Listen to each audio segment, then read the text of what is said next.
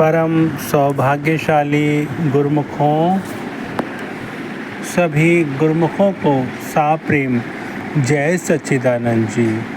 श्री परमहंस अद्वैत मत के शाश्वत ज्योति स्तंभ भक्त वत्सल प्रातः स्मरणीय श्री श्री 108 श्री चतुर्थ पातशाही जी महाराज ने नम्रता का गुण सिखाते हुए अपने पावन वचनों में फरमाया है कि मिटा दे अपनी हस्ती को, अगर कुछ मर्तबा चाहे कि दाना खाक में मिलकर गुले गुलजार होता है।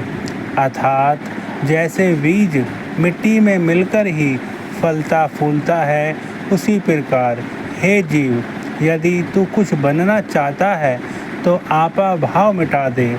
गुरुमुख जन तो सद्गुरु का ओट आसरा लेकर उनके मार्गदर्शन में चलते हैं और भक्ति का परम लाभ प्राप्त करते हैं, परंतु जिन्हें संत पुरुषों की संगति नहीं मिली, जिन्हें वास्तविकता की पहचान नहीं है, ज्ञान नहीं है, वे कई प्रकार के कर्म आदि करके भी अहंकार के कारण लाभ प्राप्त नहीं कर पाते।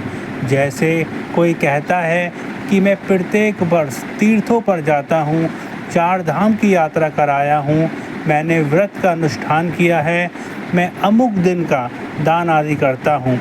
तो इस प्रकार के शुभ कर्म करके उनका प्रदर्शन करना भी महापुरुषों की दृष्टि में एक प्रकार का अहंकार ही है। ऐसे व्यक्तियों के प्रति महापुरुषों ने कथन किया है कि तीरथ व्रत अरुदान करी मन में धरु गुमानू, नानक निह फल जात ती जू कुचार कुछ नानू। अर्थात तीर्थों पर जाना, व्रत रखना, दान आदि करके जीव मन में फूला नहीं समाता।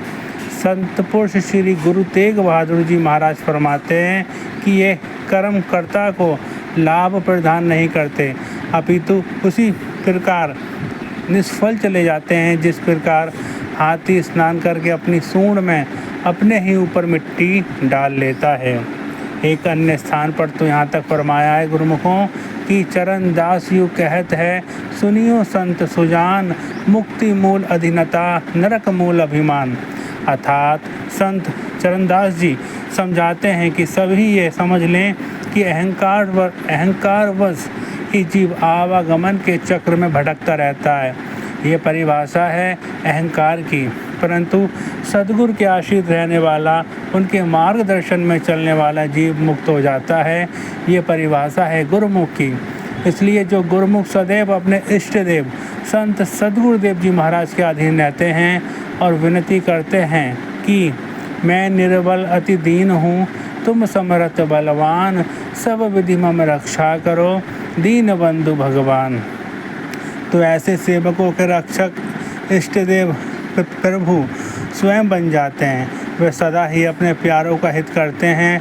पहले लिखा जा चुका है कि यदि कभी सेवक के मन में कोई दोष उत्पन्न भी हो जाता है तो उसे दोबारा सत्य मार्ग पर लाने के लिए वे कभी अपने मधुर उपदेशों के माध्यम से या कोई लीला रचाकर उस दोष का समूल नाश कर देते हैं।